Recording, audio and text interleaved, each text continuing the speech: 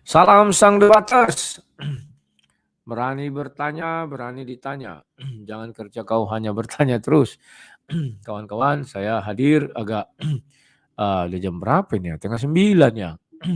Tadi saya baru pulang dan ya bahan-bahan yang saya cari sudah dapat. Terutama pompa pendorong air ya. Saya baru tahu kalau buat tangki air itu harus tinggi kawannya. Eee, Memang rumah itu tadinya rendah karena saya timbun jadi tinggi. Jadi jarak pompa air menara airnya itu sama keran yang paling, tinggi, ya hanya beda nggak sampai 1 meter. Jadi lambat ya nggak bisa naik ya kawan-kawan ya. Jadi ternyata ada solusinya ada pompa pendorong ya. Saya kalkulasikan kalau saya buat menara lebih tinggi lagi kan biaya besar. Pakai pompa pendorong aja lah pikirku ya untuk sementara waktu. Nah, kawan-kawan, ah, malam ini di mana Yudas menunjukkannya. Menunjukkan ya kan kesetiaannya.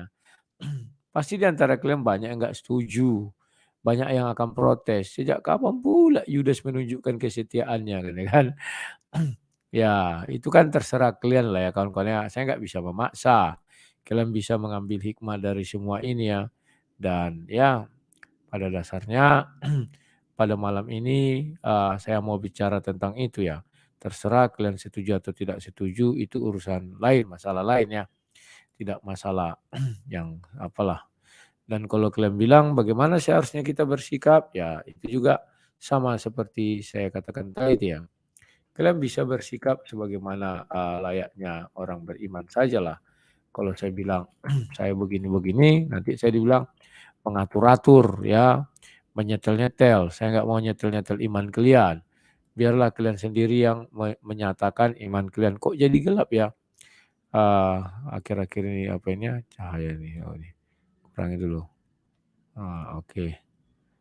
Ini noise-nya tinggi. Oke. Nah, kawan-kawan, bolehlah kalian mengatakan bahwa Yudas tidak justru Yudas itu pengkhianat, bukan malah menunjukkan kesetiaan, kan begitu ya. Oke, saya ajak kalian mengulas-ulas, mengulang-ulang apa yang terjadi ya di malam perjamuan itu. Bahkan sebelum malam perjamuan ya. Kenapa saya katakan Yudas ini setia? Uh, Pertama alasannya itu di Yohanes 6. Kalian sudah tahu bahwa ketika Yohanes 6 itu Yesus menyuruh, silakan pilih, kalian mau meninggalkan aku silakan, kalian mau ikut dengan aku silakan. Nah, langkah yang dipilih oleh Yudas dan kawan-kawan apa? Karena mereka sudahlah orang-orang terpilih, mereka tidak melarikan diri. Ya kawan-kawan ya, malah mereka ikut Yesus dan tetap di dalam jalannya Yesus. Mari kita buka ayatnya biar orang-orang percaya, makin percaya ya. Ini bahwa semua ini sudah ada ketetapannya ya, itulah namanya nubuatan. Nubuatan itu tidak ada yang bisa menolak, ada yang bisa melawan. Aku baca Yohanes 6. Ya. Sesudah itu Yesus berangkat ke seberang Danau Galilea, yaitu Danau Tiberias. Orang banyak berbondong-bondong mengikuti dia karena mereka melihat mujizat penyembuhan yang dilakukannya terhadap orang-orang sakit. Nah, kawan, sebelum kita masuk ke sana saya mau ingatkan dulu. Sekarang kita lihat banyak pendeta membuat mujizat-mujizat. Yang terjadi apa? Ya seperti firman Tuhan ini. Orang berbondong-bondong mendatangi dia ya, para pendeta itu. Kalau Yesus karena dia memang adalah sang firman, jadi mereka datang mencari Yesus. Tetapi kalau pendeta sekarang enggak, sama juga ya kawannya, sorry. Orang datang berbondong-bondong mencari pendeta itu, tidak mencari Tuhan lagi. Karena manusia kan suka mensejajarkan diri dengan Tuhan ya. Dan Yesus naik ke atas gunung dan duduk di situ dengan murid-muridnya. Murid-muridnya artinya yang 12. Dan Paskah, hari raya Yahudi sudah dekat. Ketika Yesus memandang sekelilingnya dan melihat bahwa orang banyak berbondong-bondong datang padanya, berkatalah ia kepada Filipus, di manakah kita akan membeli roti supaya mereka ini dapat makan? Hal itu dikatakannya untuk mencobai dia. sebab ia sendiri tahu apa yang hendak dilakukannya. Ya kan? Nah, jawab Filipus kepadanya, roti seharga 200 dinar tidak akan cukup untuk mereka ini. Sekalipun masing-masing mendapat sepotong kecil. Seorang dari muridnya yaitu Andreas, saudara Simon Petrus, berkata kepadanya, di sini ada seorang anak yang mempunyai 5 roti jelai dan 2 ikan. Tetapi apakah artinya itu untuk orang sebanyak ini? Kata Yesus, suruhlah orang-orang itu duduk. Adapun di tempat itu banyak rumput, maka duduklah orang-orang itu, kira-kira 5.000 laki-laki banyaknya. Oh, laki-laki semua ya. Lalu Yesus mengambil roti itu, mengucap syukur dan membagi-bagikannya kepada mereka yang duduk di situ. Demikian juga dibuatnya dengan ikan-ikan itu sebanyak yang mereka kehendaki. Jadi kawan, itu seperti begini kawan. Sebentar ya. Kerongkongan agak ada masalah.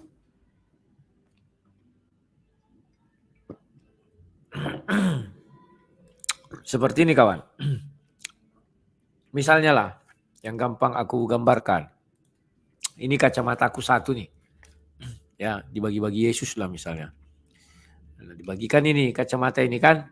Tiba-tiba Yesus mengucap syukur, kacamata ini cuk jadi 2. Dibagikannya ini 1. Yang aslinya masih ada kan gitu ya. Nah, baru dibagikannya, tariknya lagi dapat 1. Tariknya lagi 1. Jadi yang asli nggak hilang, yang dibagi-bagi ini terus. Nggak habis-habis. Apakah itu di hadapan semua orang? Iya.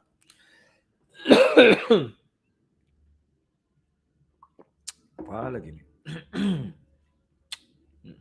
Harus minum makan permen Hex. Bedakan kawan-kawan Yesus dengan nabi-nabi palsu ya. Kalau nabi-nabi palsu buat mujizat itu selalu bagaimana caranya biar tidak kelihatan orang. Ya, maka dia kalau nggak malam di dalam tempat tersembunyi, di kamar, di goa-goa, di apa lagi ya. Pokoknya tempat tersembunyi lah biar nggak ada yang lihat. Dan itu dilakukan selalu malam hari biar juga nggak ada orang melihat. Kalau Yesus kan disaksikan orang banyak kawannya, jadi tidak bisa kita katakan tidak ya.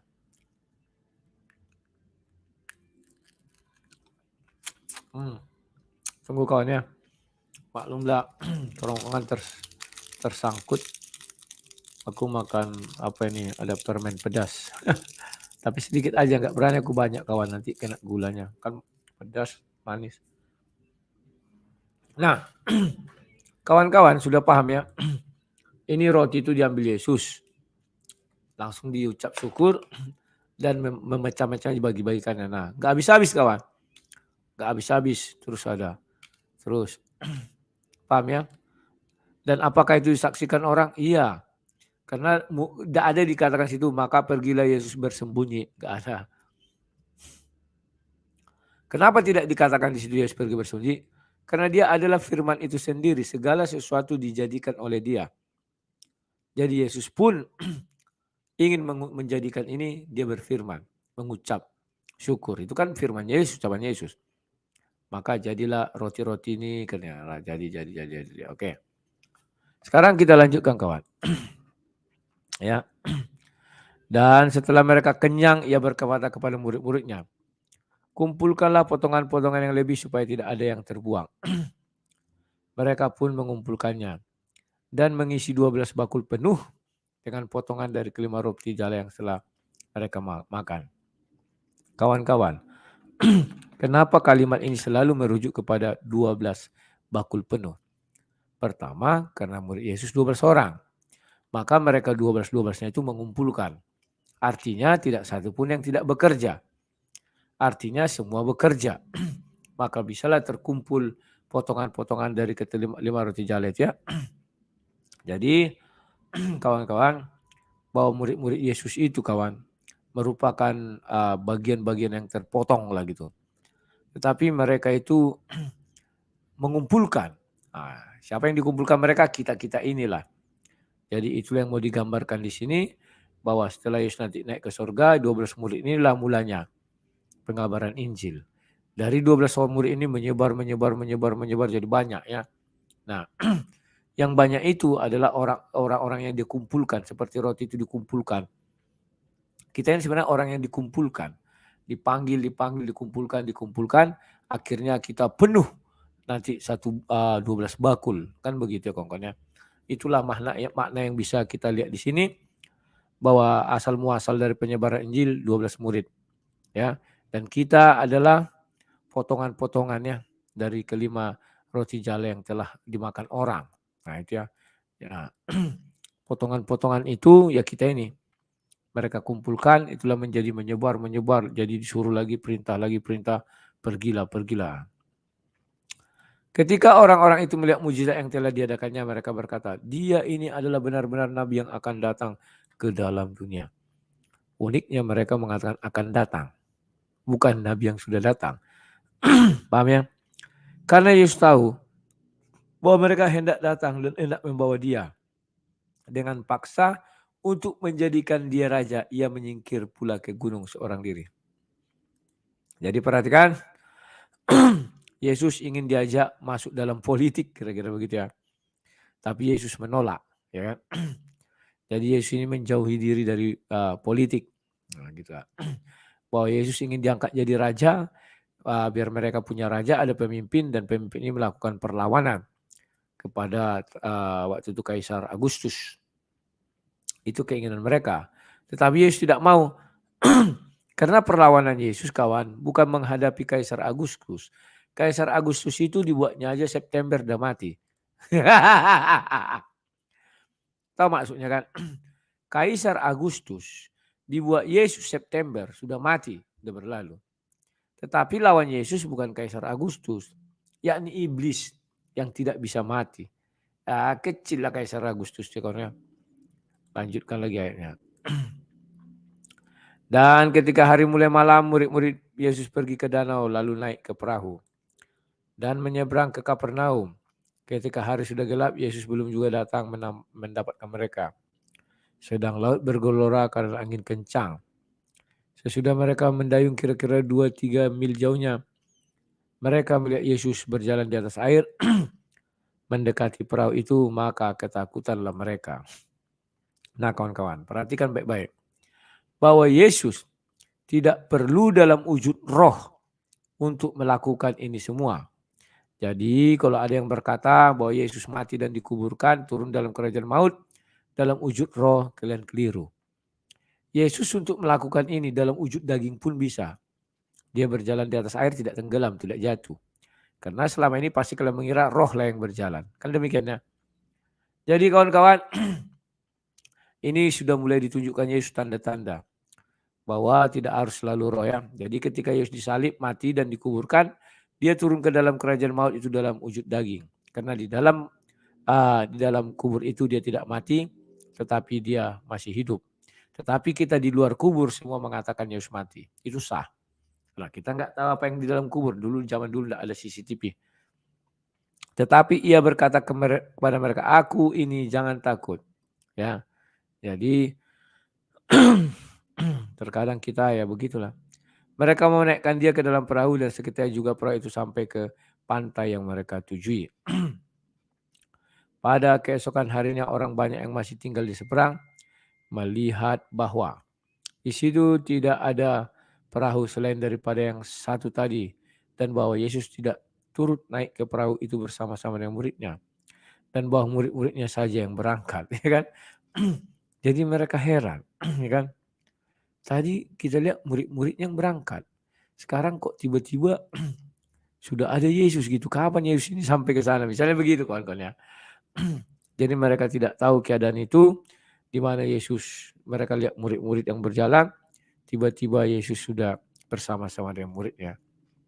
Nah kawan-kawan, makna apa yang bisa kita ambil dari hal ini? Bahwa demikian juga kita di dalam hidup kita. Orang selalu tidak melihat bahwa kita pergi itu tidak bersama Yesus. Karena orang selalu melihat yang dari mata. Kita kan tidak tahu. Tetapi Yesus mengatakan apa? Berdoalah kunci pintu kamarmu. Artinya apa? Biar orang hanya melihat kau saja. Tetapi tidak melihat Yesus yang datang menghampirimu. Demikian juga kawannya. Ketika murid-murid naik perahu, orang melihat, wah orang itu naik perahu dihitung 12 orang. Karena tidak mungkin mereka bisa mengatakan murid-murid itu semua di situ kalau tidak dihitung. Kan begitu kan.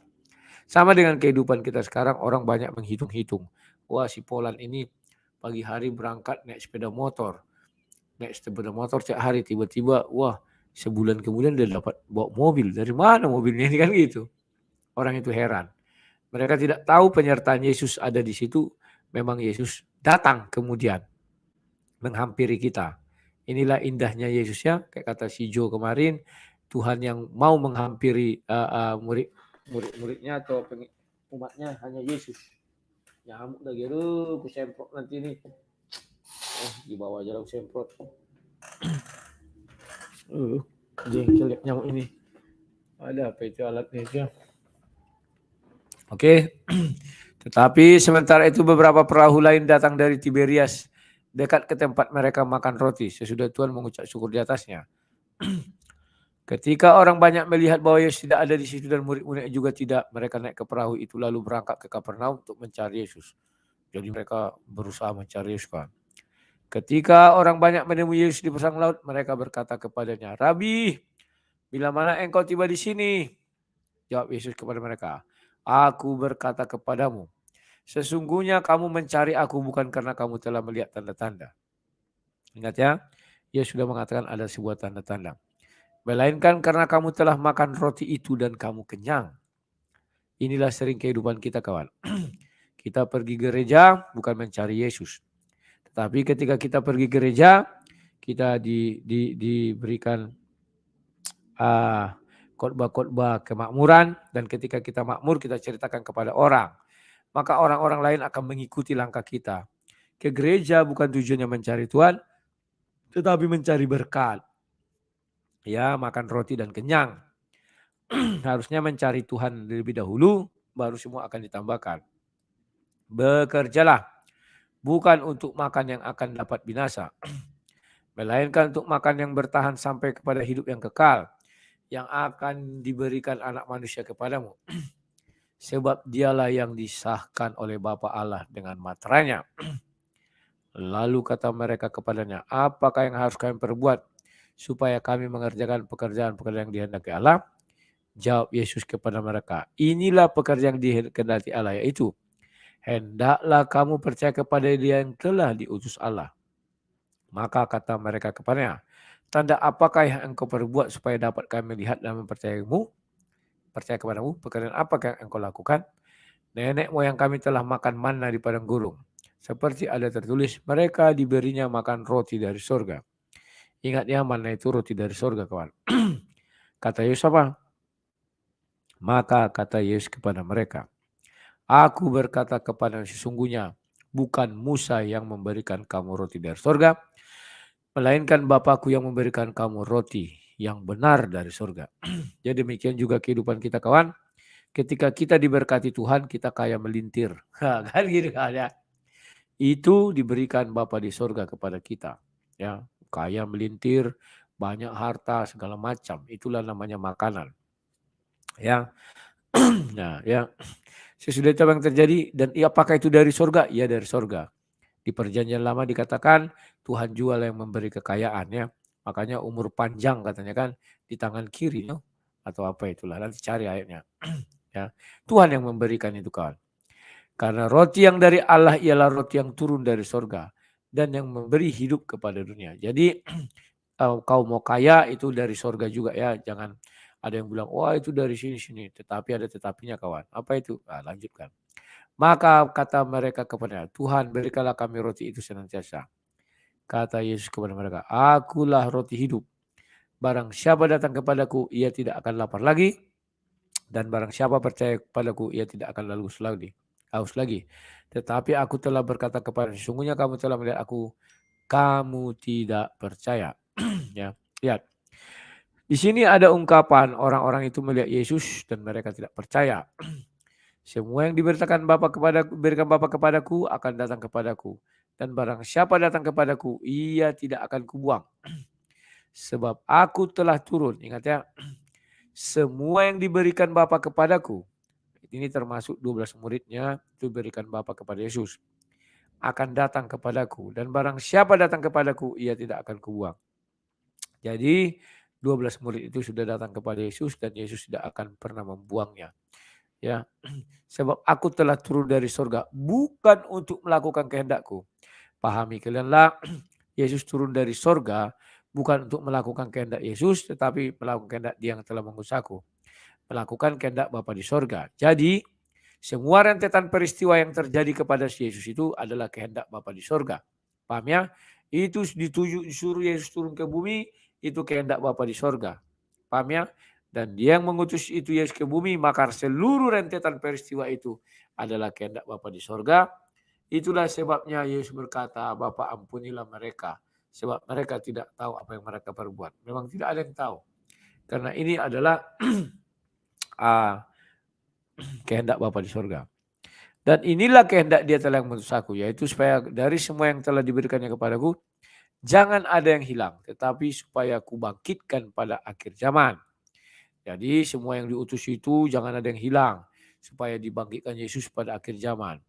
Inilah yang sering katakan Yesus, satu domba itu tersesat, Dia akan mencari. Ya kan? Sebab inilah kehendak Bapakku, yaitu supaya seorang yang melihat anak dan percaya kepadanya, beroleh hidup yang kekal. Dan supaya aku membangkitkannya pada akhir zaman. Maka bersungut-sungutlah orang Yahudi tentang Dia, karena Ia telah mengatakan, akulah roti yang telah turun dari surga. Kata mereka, bukankah Ia ini Yesus anak Yusuf? Bayangkan kawan, yang tadi mereka melihat Yesus buat mujizat memberi roti-roti dan ikan itu, dengan mulut yang sama, dengan orang yang sama. Ketika Yesus mengatakan akulah roti hidup, mereka mulai bersungut-sungut. Padahal mereka sudah menyaksikan kawan. Padahal mereka sudah mengatakan ini nabi yang akan turun kan ya. Yang ibu bapaknya kita kenal. Bagaimana ia dapat berkata aku telah turun dari surga? Nah inilah kawan, bahwa mereka tidak percaya ya. Jawab Yesus kepada mereka, jangan kamu bersungut-sungut. Tidak ada seorang pun yang dapat datang kepadaku jikalau ia tidak ditarik oleh Bapa yang mengutus aku. Dan ia akan kubangkitkan pada akhir zaman. Jadi 12 murid itu datang kepada Yesus, itu ditarik Bapa di surga. Yang mengutus aku, kata Yesus. Kenapa mereka ditarik? Karena Yesus ingin melaksanakan perintah dari Bapa yang mengutus, katanya kan aku melaksanakan. Dan dia akan dibangkitkan Yesus pada hari zaman. Ada tertulis dalam kitab nabi-nabi dan mereka semua akan diajar oleh Allah. Dan setiap orang yang telah mendengar dan menerima pengajaran dari Bapa datang kepadaku. Hal itu tidak berarti bahwa ada orang yang melihat Bapa. Hal itu tidak berarti bahwa ada orang yang telah melihat Bapa. Hanya Dia yang datang dari Allah, Dia yang telah melihat Bapa. Aku berkata kepadamu, sesungguhnya barang siapa percaya yang memperoleh hidup yang kekal. Akulah roti hidup. Nenek moyangmu telah makan mana di padang gurun dan mereka telah mati. Jadi kawan, kita memang diberkati Tuhan sehingga kaya melintir. Tetapi ingat, itulah mana dari di surga yang diberikan di padang gurun. Padang gurun itu mencerminkan dunia fana ini dengan berbagai macam tetek mengeknya. Tetapi kita diberi kekayaan yang melintir ya, kaya melintir. Tetapi ingat kelanjutannya apa? Dan mereka telah mati. Kekayaan kita peroleh itu dari Tuhan. Tetapi kekayaan yang kita peroleh itu membuat kita mati. Kita tetap mati. Bedakan ya kawan-kawannya. Tolong kalian pahami, kaya itu tidaklah sebuah dosa. Kaya itu berkat dari Tuhan.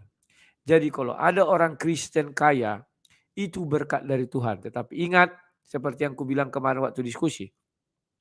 Hati-hati ada berkat dari setan. Kalau ada orang membawa jin atau apa tuyul-tuyul itu kan banyak uang dikasih sama istrinya. Atau ada orang merampok uang di bank, banyak uangnya dikasih sama istrinya akan berdoa. Terima kasih ya Bapa ya Tuhanku, Engkau betapa baiknya memberikan aku rezeki pada hari ini. Terima kasih sama Tuhan kawan. Padahal uang itu hasil curian misalnya, hasil apa. Demikian juga para koruptor-koruptor, begitu kawan. Bedakan ya. Kalau yang dari Tuhan, benar-benar dari Tuhan, dia bekerja keras sehingga dia diberi harta yang kaya melintir. Setelah dia kaya melintir sama dengan orang Israel, diberi mana dari sorga sehingga mereka kenyang melintir. Setelah itu apa yang terjadi? Dia mati. Mereka makan roti dari sorga, mati. Artinya tidak kekal. Ya, kekayaan yang dia peroleh misalnya itu dari Tuhan. Tidak salah itu, tidak salah. Itu dari Tuhan. Kecuali hasil ku bilang tadi ya, korupsi, merampok, mencuri, segala macam beda. Itu dari setan. Yang dari Tuhan itu tidak ada salahnya. Kamu kaya silakan, itu berkat Tuhan. Tidak ada yang katakan itu tidak berkat Tuhan ya, berkat Tuhan. Tetapi ingat itu membawa kita juga kepada kematian. Sama dengan mana kita kenyang tetapi akhirnya mati, ya kan? Ya namanya juga di dunia di Port TV. Halo, yuk. Nah, 50. Inilah roti yang turun dari sorga. Barang siapa makan daripadanya, ia tidak akan mati. Akulah roti hidup yang telah turun dari sorga. Yuk. Jikalau seorang makan dari roti ini, ia akan hidup selama-lamanya. Dan roti yang kuberikan itu ialah dagingku yang akan kuberikan untuk hidup dunia. Orang-orang Yahudi bertengkar antara sesama mereka dan berkata, bagaimana ia ini dapat memberikan dagingnya kepada kita untuk dimakan? Jadi banyak orang selalu begitu kawan-kawannya, setiap ada perkataan langsung dianggap itu letterlet. Padahal tidak demikian. Maka kata Yesus kepada mereka, aku berkata kepadamu sesungguhnya jikalau kamu tidak makan daging anak manusia dan minum darahnya, kamu tidak mempunyai hidup dalam dirimu. Ingat, inilah dasar bahwa kamu tidak makan daging anak manusia dan minum darahnya. Nanti kalian bisa ulik, bisa cari apakah Yudas sudah melaksanakan ini, makan daging dan minum darah. Astaga, sorry lah dulu. Kutinggalkan dulu sebentar kawannya.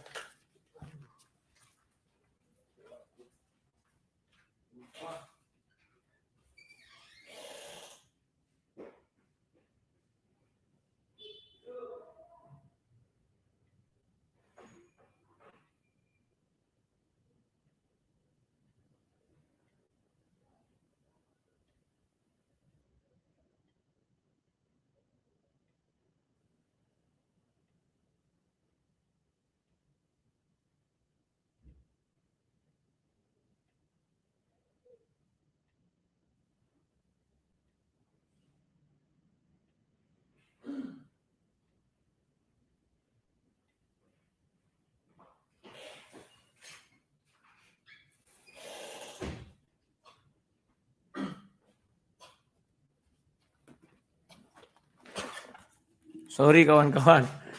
Lanjut ya. Wah, orang udah pada pulang untuk pintu segala macam. Barang siapa makan dagingku dan minum darahku, ia mempunyai hidup. Ingat ya. Barang siapa makan dagingku dan minum darahku, dia mempunyai hidup. Tidak ada tawar-menawar. Yang kekal dan aku akan membangkitkan dia pada akhir zaman. Sebab dagingku adalah benar-benar makanan dan darahku adalah benar-benar minuman. Kena lari jadi ngos-ngosan. Barang siapa makan dagingku dan minum darahku, tinggal dalamku dan aku tinggal dalam dia. Sama seperti Bapa yang hidup mengutus aku. Dan aku hidup oleh Bapa, demikian juga barang siapa yang memakan aku akan hidup oleh aku. Ya. Inilah roti yang telah turun dari sorga. Bukan roti ya seperti yang dimakan nenek moyangmu. Dan mereka telah mati.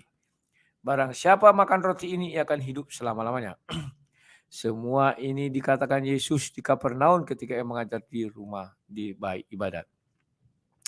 Sesudah mendengar semuanya itu, banyak murid-murid Yesus yang berkata, perkataan ini keras.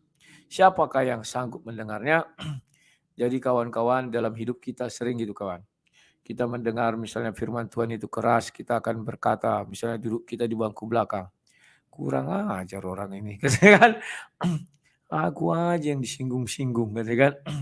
Kurang ajar orang ini. Padahal mungkin tidak ke dia ditujukan, tapi karena dia cocok firman itu sama dia, jadi dia tidak terima kawan ya. Begitulah. Dan apa yang terjadi? Kita lihat. Sanggup mendengar. Yesus yang dalam hatinya tahu. Ingat ya. Bahwa Yesus ini mengetahui apapun. Kenapa dia adalah Tuhan dan firman itu sendiri. Bahwa murid-muridnya bersungut-sungut tentang hal itu. Muridnya ini maksudnya siapa? Termasuklah yang 12 orang itu. Berkata kepada mereka, adakah perkataan ini menggoncangkan imanmu? Nah, perhatikan kawan ya. Dan bagaimanakah jika kamu melihat anak manusia naik ke tempat di mana ia sebelumnya berada? Rohlah yang memberi hidup, daging sama sekali tidak berguna. Perkataan-perkataan yang katakan penuh adalah roh dan hidup.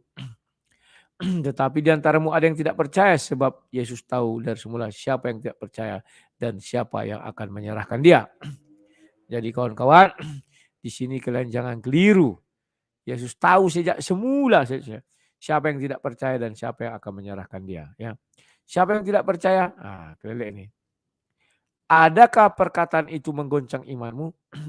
Artinya orang-orang yang tergoncang imannya tidak percaya, kawan. Jangan kalian bilang merujukannya kepada Yudas, tidak.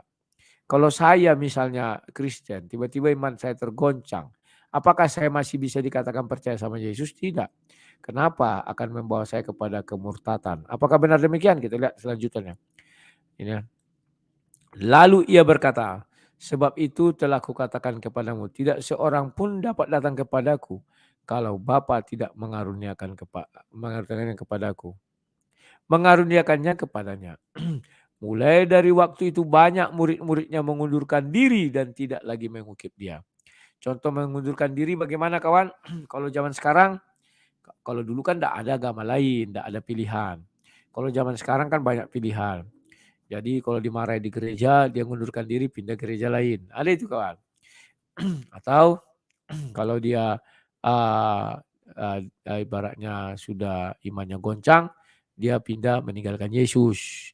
Jadi ikut ajaran roh penyesat dan setan-setan itu. Itu artinya itu, kawannya, paham ya? Semoga kalian paham apa yang kukatakannya.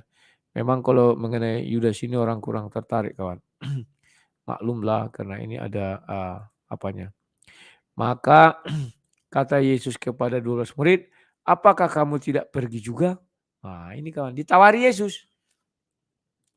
Apakah Yudas setia di sini, kawan? Kan disuruh pergilah. Orang itu sudah pergi kalian kalau mau pergi, yang 12 orang ini. Ya kan? Karena di sini disebutkan bilangannya. Maka kata Yesus kepada 12 muridnya, apakah kamu tidak mau pergi juga? Ya. Pada saat ini apakah sudah ada niatan si Yudas ingin menjual Yesus? Gak ada, kawan. Niatan Yudas itu gak ada sama sekali. Ya. Kalau Yesus sudah tahu, pasti Yudas itu akan ketahuan. Yesus kan sudah tahu bahwa Yudas akan menyerahkannya. Jangan kalian buat seolah-olah Yesus tidak tahu. Yesus tahu. Sedangkan tadi Yesus tahu apa yang diisi hati mereka, ya. Jawab Simon Petrus kepada Tuhan, kepada siapa kami akan pergi? Perkataanmu adalah perkataan hidup yang kekal. Jadi mereka tidak pergi, kawan-kawannya. Artinya apa? Iman mereka tidak tergoncang. Kan itu tadi ditanya, siapa imanmu, apakah imanmu tergoncang, kan ya? Maka yang tergoncang itu pergi, yang tidak tergoncang tinggal. Dan kami telah percaya dan tahu engkau adalah yang kudus dari Allah. Jawab Yesus kepada mereka, bukankah aku sendiri yang telah memilih kamu yang 12 ini? Namun seorang di antaramu adalah iblis. Ya. Jadi Yesus mempertegas dia yang memilih orang ini. Banyak orang terpanggil, sedikit terpilih. Kalau sudah terpilih, tak ada lagi seleksi alam. Paham ya ayat itu? Banyak yang terpanggil, sedikit yang terpilih. Yang terpanggil ini diseleksi, namanya yang terpilih. Itulah yang masuk surga. Jadi kalau sudah dipilih, nggak ada lagi saring menyaring. Itu langsung ke surga. Paham nggak kalian maksudnya? Banyak yang terpanggil, sedikit yang terpilih. Tunggu ku cari ayatnya, kawan-kawan ya. Maaf ya, kawan-kawan, aku agak-agak letih juga sih. Ya, salah bukan sini. Leksi untuk menuju surga itu nggak ada 2 kali, ya. Banyak yang terpanggil. Panggil atau terpanggil? Dipanggil kok salah. Sebab banyak yang dipanggil tetapi sedikit yang dipilih. Matius 22 ayat 14. Aku bukakan dulu, ya. Matius 22.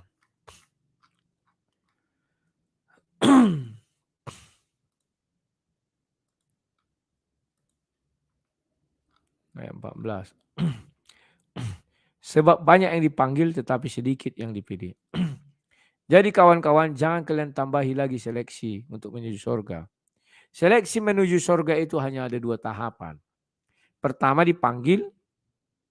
Pertama kan mendaftarkan diri lah. Kita mendaftarkan diri jadi pengikut Yesus. Kita ada yang tidak mendaftarkan diri, tentu nggak dipanggil. Yang mendaftarkan diri lah yang dipanggil. Sama kita training, testing mau masuk pekerjaan. Yang tidak melamar tidak dipanggil. Orang dia nggak melamar. Yang melamarlah yang dipanggil. Sudah banyak yang terpanggil.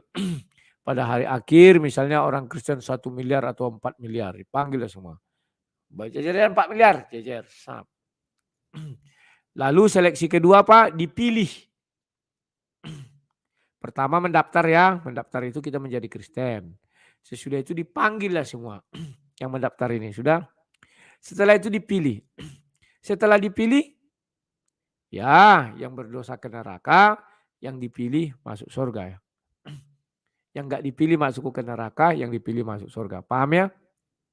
Jadi jangan kalian bilang nanti. Wah bahaya ikut orang Kristen ini. Bahaya ikut Yesus. Yang terpilih pun ke neraka. Contohnya Yudas kan ya. Aduh habis lagi itu. Berarti untuk apa kita dipilih? Untuk apa kita ikut Yesus ya kawan? Kita ikut Yesus itu baru pendaftaran. Setelah itu kita dipanggil untuk ikut seleksi. Seleksinya apa? Itulah dipilih. Banyak yang terpanggil, sedikit yang dipilih. Paham ya? Semoga kalian cerdas kawan. Aduh. Kalau sampai kalian nggak cerdas, nggak tahu lagi aku nih. Lanjut. Lanjutkan dulu Yohanes tadi ya. Yohanes 6. Kemudian di ayat terakhir ada tuliskan begini. Yang dimaksudnya ialah Yudas. Jadi ini bukan, mana mungkin Yesus mengatakan yang kumaksudkan adalah Yudas loh. Enggak. Memang ini penulisan Alkitab itu berdasarkan ilham dari Roh Kudus. Jadi penulis kan tidak bisa membaca hati Yesus. Tetapi karena ini sudah terjadi dan diilhamkan kepada dia, maka dikatakan yang dimaksudnya ialah Yudas anak Simon Iskariot. Sebab dia yang akan menyerahkan Yesus, dia seorang di antara kedua murid itu. Paham ya kawan-kawannya? Nah, maka judul saya malam di mana Yudas menunjukkan kesetiaannya. Pertama, dia tidak lari. Paham ya kawan? Tidak lari, dia tetap tenang di situ. Yang kedua, apa yang terjadi? Dia mengikuti semua nubuatan-nubuatan Yesus. Bahwa dia katakan anak manusia akan diserahkan. Dia tahu itu kawan. Andai kata Yudas kawan, misalnya melepaskan diri, tidak mau ikut apa yang dibilang Yesus, justru dia nggak setia. Aduh, ternyata di antara kami ada yang akan menyerahkan guruku ini. Nggak mau lah aku, biar aku jangan dituduh lah. Pergi dia. Tetapi itu tidak diambil Yudas. Kenapa dia tidak mengambil? Agar kau dan aku selamat. Loh kok begitu sang debaters? Iya. Sebab dia orang yang dipilih. Cuman dialah satu-satunya penjahat di antara 12 orang ini. Kenapa Yesus memilih dia satu-satunya penjahat? Bisa saja Yesus mengganti Yudas dengan orang baik, soleh. Matias langsung dipilih Yesus pada saat itu. Tetapi kenapa tidak Matias yang dipilih? Matias dipilih nanti terakhir. Setelah Yudas bunuh diri. Setelah Yesus naik ke surga. Kenapa kawan? Harus kalian pakai pemikiran kawan. Andai kata Matias yang dipilih. Maka tidak akan ada peristiwa penyalipan. Loh kok bisa begitu sang debaters? Iya. Karena semua harus digenapi yang dalam kitab suci. Maka yang digenapi itu yang mana? Bahwa anak manusia akan diserahkan. Artinya ada pengkhianatan di situ. Ada penyerahan. Itu sudah dibuatkan. Andai kata Matias yang dipilih. Matias bukan penjahat. Bukan dari lingkungan penjahat. Takkan mungkin dia mau menyerahkan Yesus. Tidak mau. Bagaimana? Kenapa enggak dipilih Yesus Barabas?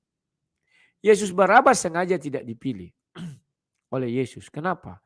Karena Yesus ingin mengatakan itulah hebatnya Tuhan dalam Bible. Harus ada dua Yesus. Agar manusia tidak tertipu dengan Yesus palsu yang datang kemudian. Dengan Yesus yang diangkat-angkat bahwa dia tidak disalib. Itu adalah Yesus Barabas. Hebatnya Bible.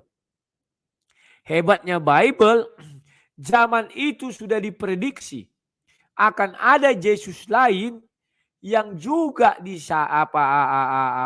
akan disalib tetapi tidak jadi disalib. Prediksi Bible itu luar biasa hebatnya.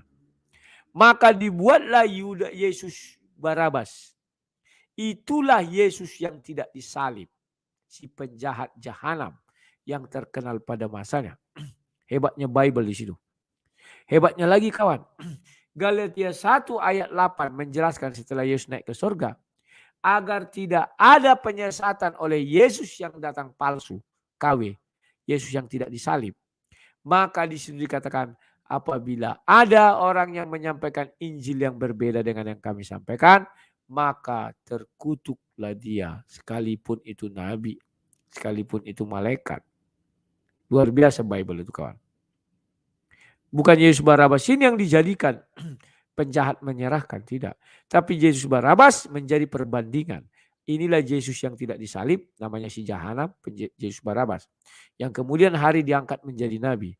Nabi Nukus. Nabi Sulon. Tak apa-apalah. Mereka kira Bible itu enggak hebat. Udah ditulis di Bible. Pilihanmu ada dua. Yesus yang disalib namanya Yesus yang Kristus. Yesus yang tidak disalib si Jahanam namanya Yesus Barabas. Jadi orang Kristen tidak usah kalian ribut. Kalau ada dikatakan Yesus tidak disalib, kalau katakan iya. Jangan sampai kalian katakan tidak.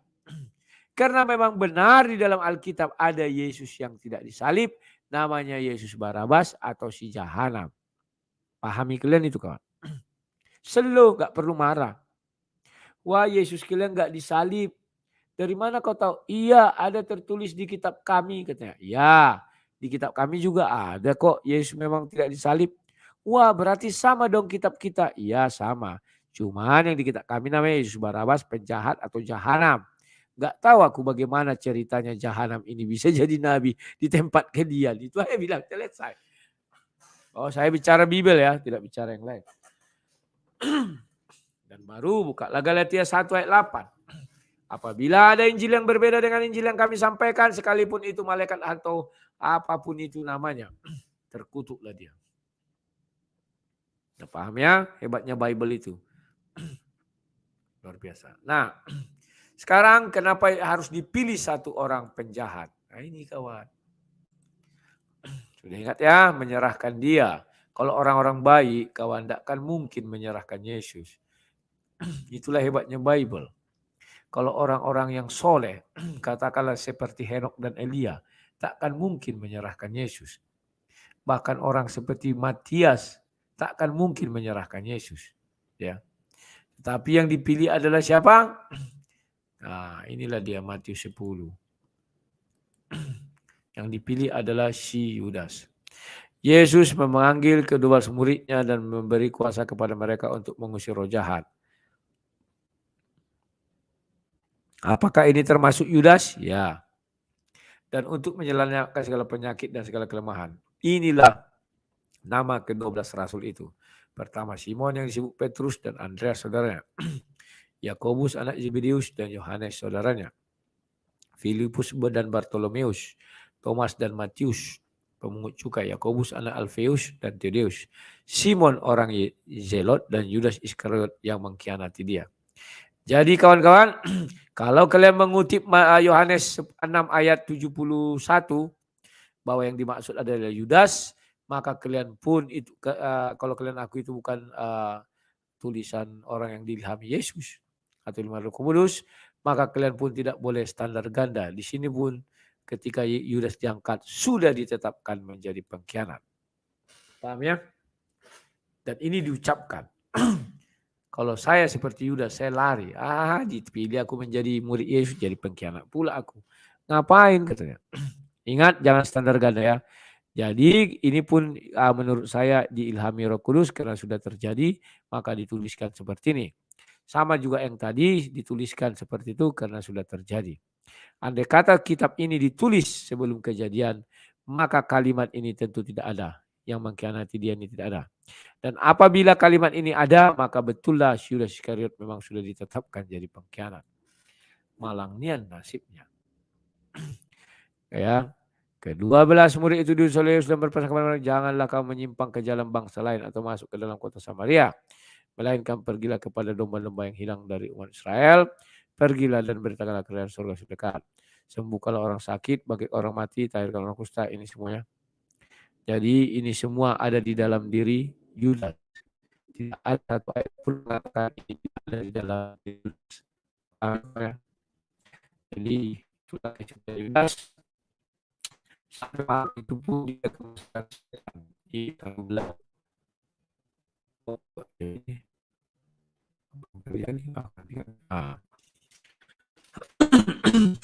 Paham ya? Sekarang apa bentuk kesetiaan Yudas yang lain? Aku share screen dulu. Kita mulai masuk ke Lukas. Nah, kan gini Lukas 20. Lama-lama jadi katam kali nih aku ayat ini kawan. Lukas 20 ayat 3. Jawab. Hah? Sorry. Bukan 20, 22, sorry. Terkadang tak sadar bibirku ini. Maka masuklah iblis ke dalam Yudas yang bernama Iskariot. Seorang dari 12 murid itu. Pak, perhatikan ya. Hari raya roti tak beragi yang disebut Paskah sudah dekat. Imam-imam, kepala dan ahli Taurat mencari jalan. Bagaimana mereka dapat membunuh Yesus? Sebab mereka takut kepada orang banyak. Jadi sejak semula memang sudah direncanakan untuk membunuh Yesus. Maka masuklah iblis ke dalam Yudas yang bernama Iskariot, seorang dari ke-12 murid itu. Paham ya kawan-kawan? Yesus mengetahui iblis itu masuk ke dalam Yudas. Tetapi kenapa Yesus tidak mengusir? Pertanyaannya begitu kawan. Yesus sudah tahu iblis masuk ke dalam Yudas. Tapi Yesus tidak mengusir. Hanyalah yang ke iblis. Tidak ada dibilang Yesus. Kenapa sampai harus begitu kawan? Karena Yesus memang harus menggenapi semuanya. Apa yang terdapat dalam kitab suci. Jangan kalian kira Yesus tidak bisa mengusir iblis itu. Iblis hanya kau dari Yudas. Hanya ditengkingi Yesus lari iblis itu kawan, tunggang langgang. Sehingga tidak ada peristiwa penyalipan. Peristiwa penyalipan itu ada kenapa? Bukan karena iblis mau menyalipkan Yesus, tidak. Penyalipan itu karya keselamatan dari Bapa di sorga, bukan dari iblis. Keinginan iblis sebenarnya kawan, ingin membunuh Yesus dengan status Yesus sebagai pendosa. Tetapi tidak ditemukan dosa sedikit pun di dalam diri Yesus. Sudah mereka karang-karang, gak bisa. Kenapa Yesus harus mati di dalam dosa? Keinginan iblis kawan. Agar tergenapilah Kejadian 3.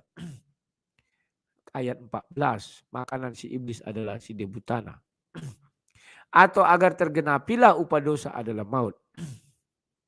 Agar Yesus turun dalam kerajaan maut sebagai orang berdosa, maka Yesus tidak bisa keluar dari sana. Gak bisa kawan. Maka itulah niat iblis. Iblis tidak pernah berniat ingin menyalibkan Yesus. Tidak ada itu. Niatan iblis sudah tergambar dari ayat itu. Bahwa dia masuk ke dalam Yudas. Yudas menyerahkan kepada orang Taurat. Ahli Taurat membawa Yesus menangkap dan menghakimi. Penghakimannya apa? Dosanya yang dicari. Begitu dapat dosa Yesus, maka Yesus innalillahi dibunuh atau diapakan? Maka Yesus turun dalam kerajaan maut, benar. Setelah itu terpenjara selamanya di sana. Gak bisa keluar. Karena sudah berdosa. Nah, Yesus turun dalam kerajaan maut itu tidak dalam kondisi berdosa. Tetapi dalam kondisi suci. Itulah sebabnya iblis kalah. Jebakan Batman. Akhirnya iblis dikiranya Yesus sudah mati. Rupanya tidak. Mana bisa orang yang tidak berdosa mati? Gak bisa kawan. Pahami kalian itu. Upah dosa adalah maut. Maka Yesus mati. Itu dilihat orang dari luar kubur. Yesus tidak pernah mati. Karena Yesus tidak berdosa. Firman itu kekal. Tidak bisa kalian ubah-ubah. Upah dosa adalah maut. Paham ya? Jadi Yesus menyerahkan nyawanya saja. Dan untuk menerimanya kembali. Jangan kalian katakan Yesus mati kawan. Kalau kalian bilang Yesus mati sampai ke dalam kubur. Kalian keliru. Tapi kalau Yesus mati di kayu salib, betul. Tidak seorang pun bisa menyangka itu. Karena semua yang melihat di luar itu adalah manusia biasa. Dan mereka melihat Yesus menyerahkan nyawanya dan mati di kayu salib. Kemudian dikuburkan. Orang di luar kubur tidak tahu lagi apa yang terjadi. Apakah Yesus benar mati seperti matinya kita yang berdosa? Tidak, kawan. Lantas, apakah Yesus mati seperti kita manusia? Juga tidak. Karena orang mencari kesalahan Yesus. Orang mencari dosa Yesus tidak ditemukan. Tidak ada. Bahkan Herodes pun sampai cuci tangan. Aku tidak menemukan satu kesalahan apapun di dalam diri orang ini. Silakan kalian menghakiminya. Tidak ada ditemukan dosa dalam diri Yesus. Kalau kalian percaya firman Tuhan, Henok dan Elia tidak berdosa, maka mereka tidak mati. Maka adalah kekeliruan besar kalau kalian mengatakan sampai ke dalam goa pun Yesus mati. Keliru besar. Artinya Yesus punya dosa. Satu.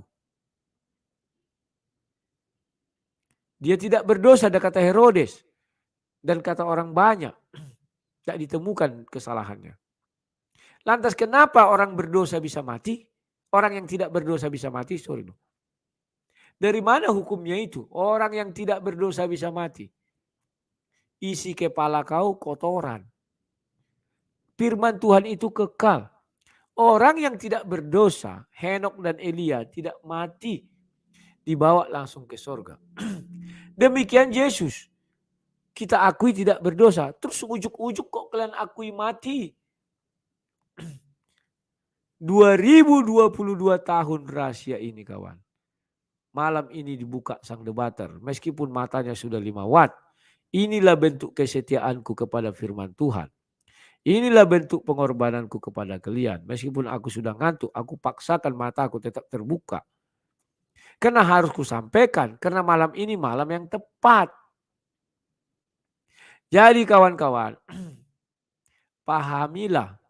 Kalau sampai Yesus mati, artinya Yesus punya dosa. Dosa setitik pun tidak boleh masuk ke dalam surga. Kalian sudah paham dari awal. Henok dan Elia kenapa tidak mati? Karena tidak berdosa. Lantas kenapa Yesus yang tidak berdosa kalian paksakan mati? Lucu kalian. Tetapi kalau kalian bilang Yesus mati di kayu salib, saya pun mengatakan demikian. Karena posisi saya tidak bisa di dalam kubur. Posisi saya hanya di luar kubur. Maka saya pun akan mengatakan Yesus mati di kayu salib. Dan ayatnya ada. Dia menyerahkan nyawanya untuk menerimanya kembali. Jadi dia mati bukan karena dosa. Di kayu salib loh. Menyerahkan nyawa. Begitu pintu kubur ditutup. Yesus tidak mati tuh. Kalau sampai pintu kubur ditutup Yesus mati juga. Artinya betul ada dosa. Dosa setitik apapun tidak bisa ke sorga. Dan kalau Yesus punya dosa, bagaimana seorang pendosa bisa menebus dosa orang lain? Tidak mungkin. Kalian kira Yesus itu seperti si jahanam itu? Masku Yesus Barabas. Yang sudah berdosa bisa menyelamatkan orang ke sorga. Tidak mungkin kawan. Aduh. Karena sesat berpikir, maka si jahanam itu menirulah. Seolah-olah Yesus mati karena dosa dan bisa menyelamatkan orang ke sorga. Orang berdosa menyelamatkan orang ke sorga. Gimana caranya? Aduh, cukuplah si jahanam itu aja yang membohongi banyak orang. Paham kalian kawan-kawannya?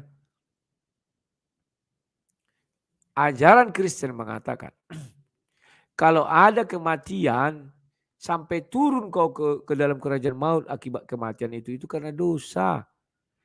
Yang turun dalam kerajaan maut itu kawan, orang mati yang berdosa. Paham ya kawan? Ada dosa setitik. Makanya Nuh tidak bisa langsung ke sorga. Ada dosa setitik. Abraham tidak bisa langsung ke sorga. Ada dosa setitik. Itulah sebabnya Yesus yang suci harus turun ke dalam yang kotor itu. Terang turun ke dalam gelap, maka daerah itu jadi terang. Kan gitu kira-kira. Bercahaya. Maka dilihatlah, oh ini Abraham. Ayo tarik keluar. Pergi. Matius 28:50. Ini si Nuh. tarik masuk surga. Kan itu dibuat dibebaskan. Paham ya kawan-kawan ya? Jadi jangan asal ngomong. Loh, Rasul Paulus mengatakan kalau Yesus tidak mati maka tidak ada kebangkitan gini-gini. Ya. Posisi Paulus di mana? Di dalam kubur atau di luar kubur? Di luar kubur.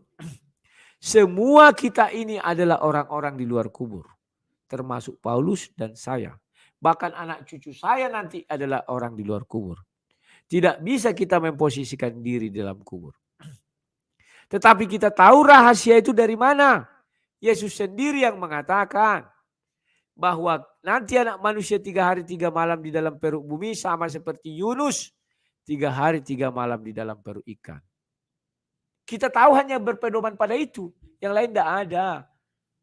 Maka kita bukalah kitab Yunus. Yunus 2 mengatakan dari dalam perut ikan dia berdoa. Mana ada orang mati berdoa. Paham ya? Gitu cara menjelaskannya. Enggak rumit kawan. Apakah firman bisa mati? Enggak bisa firman mati kawan. Kalau sampai firman bisa mati. Kayak si Eparhat lah kalian. Si Eparhat bilang apa? Firman Tuhannya enggak kekal. Goblok. Kita jangan seperti itu. Bahwa firman Tuhan kita kekal enggak bisa mati. Oh yang mati tubuhnya. Goblok. Tubuh kita mati artinya apa? Dimakan iblis. Masa Yesus dimakan iblis? Jelas-jelas Yohanes 10 ayat 18 mengatakan tidak seorang pun mengambilnya daripadaku.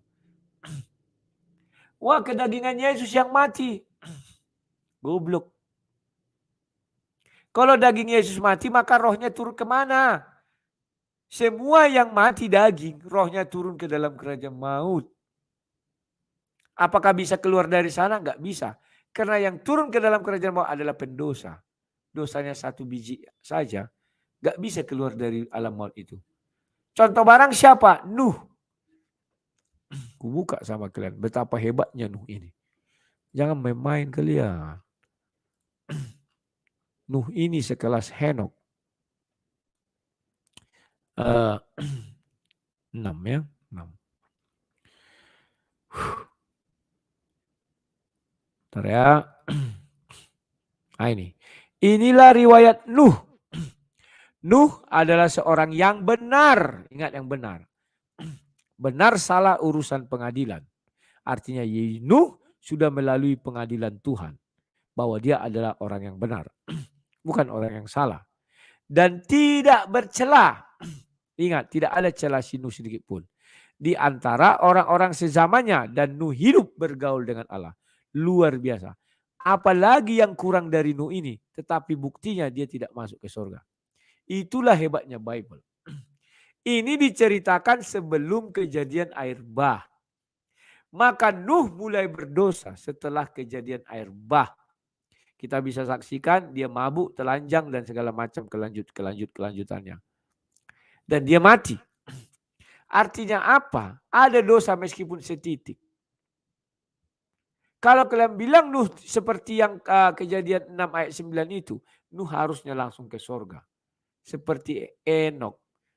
Nah ini kawan, apa bedanya Nuh dengan Henok? Inilah urat Nuh adalah seorang benar dan tidak bercela di antara orang-orang sezamannya. Dan Nuh itu hidup bergaul dengan Allah. Kita buka lah kejadian 4. Henok. Salah. 5. Kejadian 5 ya, sorry.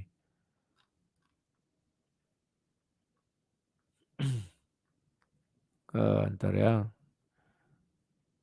Oh, mana ini? Sabar kawan. Aku mencari dulu ya. Enak kalau belajar sama sang debater sini kawan. Henok hidup bergaul dengan Allah selama 300 tahun setelah ia memperanakkan Metusalah dan ia memperanakkan anak laki dan perempuan. Jadi Henok mencapai umur 365 tahun dan Henok hidup bergaul dengan Allah. Lalu ia tidak ada lagi sebab ia telah diangkat Allah. Ingat. Henok sampai umur 365 tahun itu dia hidup bergaul dengan Allah. Sementara si Nuh, tahu kalian, dia umur berapa tahun ketika air bah datang? 600 tahun ya. Bentar ya. Ini.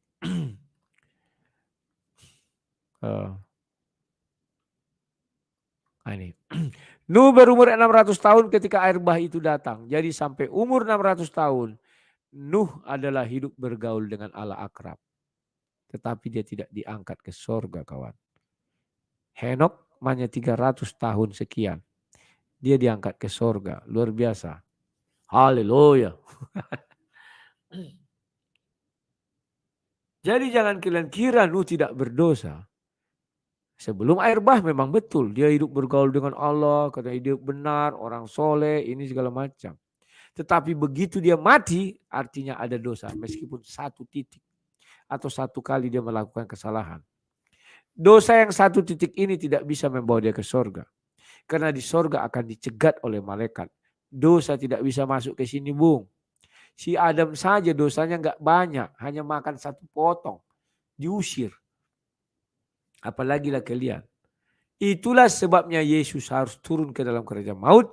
Membebaskan si Nuh. Nuh, keluar Nuh. Keluar dia. Jadi tidak mungkin Yesus pun berdosa. Membebaskan orang berdosa. Itu si jahanam itu, kawan. Sudah jelas dia berdosa. Dibebaskan. Bisa membebaskan orang dari neraka ke surga. Lawak-lawak aja. Kan itu Yesus Barabas. Sudah jelas dia pendosa. Dibebaskan. Kan si jahanam. Terus dia mau ujuk-ujuk mau memindahkan orang dari neraka ke surga. Mana bisa jahanam memindahkan orang dari neraka ke surga. Orang yang mati tidak bisa membangkitkan orang mati. Itu logikanya, kawan. Dengarlah pengajaran dari Sang Lebaters. Biar ilmu kalian tinggi dan agama kalian tambah bagus. Keimanan kalian kuat. Di sekolah teologi manapun tidak akan kalian dapatkan ini. Di pendeta manapun tidak akan kalian temukan ini. Orang yang mati tidak akan bisa membangkitkan orang yang mati. Orang yang berdosa tidak akan bisa menebus dosa orang yang berdosa.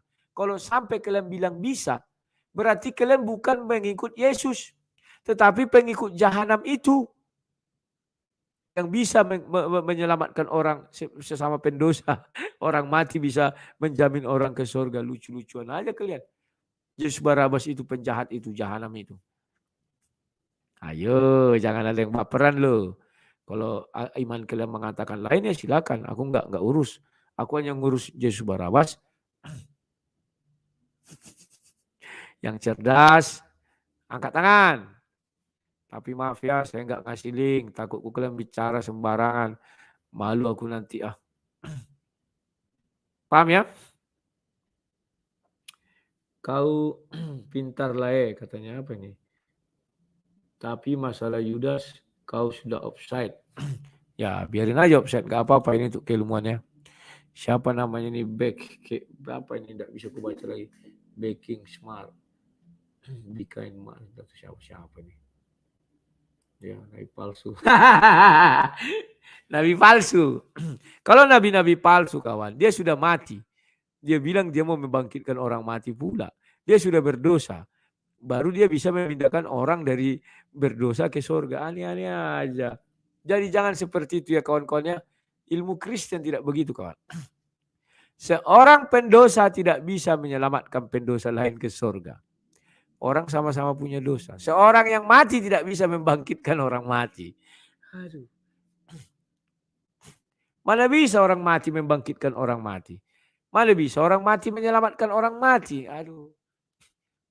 Yang bisa menyelamatkan itu dialah yang hidup. Sekali dia mati, dia nggak akan bisa menyelamatkan orang mati. Apalagi menyelamatkan orang hidup. Nggak mungkin yang mati menyelamatkan orang hidup. Paham ya kawan-kawannya? Ini pahami kalian lah. Kalau mengundang Yudas ke neraka ke surga silakanlah. Tapi kalau mengenai Yesus mati harus kalian bagi dua. Kita ini adalah orang-orang di luar kubur. Saya juga percaya Yesus mati di kayu salib. Karena saya orang di luar kubur. Tetapi andai saya di dalam kubur, saya tidak akan mengatakan Yesus mati di kayu salib. Kenapa? Yesus sendiri yang bilang. Seperti tanda Yunus. Maka batasan kita adalah batasan yang terlihat. Batasan yang tidak terlihat itu urusan Tuhan, bukan urusan kita. Hebat sekali Bible itu kawan. Sampai terkagum-kagum saya sampai baca tiap hari siang dan malam. Sekalipun saya berdosa. Jujur saya pendosa. Gak pernah saya katakan saya orang suci. Gak ada itu. Paham ya kawan-kawan ya?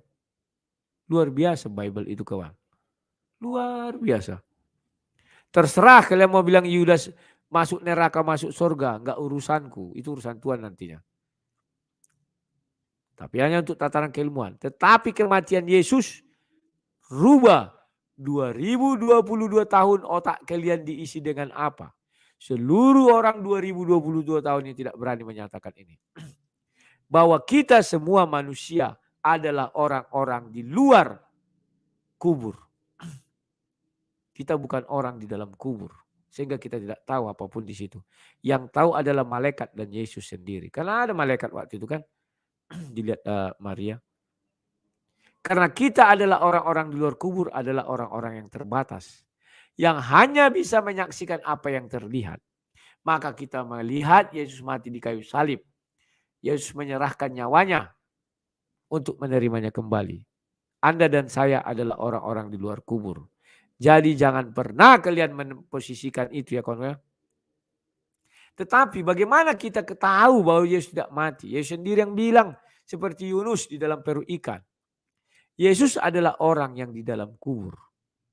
Dia tahu apa yang tersembunyi. Kita nggak tahu apa yang tersembunyi. Yang kita tahu adalah yang kelihatan. Yesus tahu yang kelihatan dan tidak kelihatan. Yang kelihatan Yesus sudah mengatakan di Yohanes 10 ayat 17-18. Aku menyerahkan nyawaku untuk menerimanya kembali. Itu yang kelihatan. Kita lihat, oh iya mati Yesus. Yang tidak kelihatan di dalam kubur. Tidak mungkin orang mati menyelamatkan orang mati. Tidak ada itu kawan. Tidak mungkin hantu menyelamatkan hantu. Sesama hantu nggak boleh saling menyelamatkan. Tetapi hidup betah di sana dah. Tidak mungkin orang berdosa menyelamatkan orang berdosa. Tidak mungkin orang mati membangkitkan orang mati. Tidak ada cerita. Jadi kalau saya katakan ini ilmu baru tak ada di teologi manapun. Semoga ada profesor doktor teologi menonton ini. Pak Mangapul, Boeli Panden Solang, Tasyaban Tubelau, Tasyaban MYM, silakan. Yesus turun dalam kerajaan maut tidak dalam keadaan mati, tetapi dalam keadaan hidup. Apa buktinya? Matius 4. Yesus dalam keadaan hidup berjumpa iblis. Selesai kawan. Kenapa Yesus tidak bisa meremukkan kepala iblis di dunia ini? Karena dunia ini perebutan lahan kekuasaan antara iblis dan Tuhan. Jadi dua-duanya berimbang. Tetapi alam maut itu kekuasaan iblis. Tentu ditaklukkan Yesus dia di rumahnya sendiri. Gak mungkin ditaklukkan di rumah yang jadi sengketa. Kan dunia ini sengketa. Wah itu kekerajaanmu ya, kuserang kau ke sana. Ditaklukkan. Itu namanya penaklukan kawan. Tetapi kalau daerah sengketa belum penaklukan ya perang terus. Tetapi di rumahnya sendiri, di negaranya sendiri diserang, itu namanya takluk. Mengalahkan. Paham ya? Dikalahkan itu kan contoh lah. Rusia mengalahkan Ukraina misalnya, Ukraina. Ya karena dia menyerang ke Rusia, ke Ukraina. Tak mungkin Rusia mengalahkan Ukraina di Jerman. Dah itu. Pandai-pandaian kalian, luak-lawakan kali kalian. Unik-unik aja cerita kalian. Paham ya? Kalau dia di Jerman berunding namanya. Makanya di dalam dunia ini Yesus, Tuhan dan iblis berunding kawan. Berunding namanya. Saling otot-ototan. Makanya di dalam diri kita kan tarik menarik itu tarik menarik. Sudah paham ya kawan-kawannya? Semoga kalian paham ya. Ya ilmu-ilmu baru yang kuberikan ini sangat berguna kawan. Tujuannya apa? Agar kalian berbeda dari dunia ini. Dunia ini tidak mengenal hal seperti itu kawan. Dunia ini memang sudah lain dari kita. Mereka itu punya nabi-nabi palsu. Mana mungkin seorang yang mati menyelamatkan yang mati. Tidak ada itu kawan. Yang bisa menyelamatkan yang mati itu hanya yang hidup atau yang tidak mati.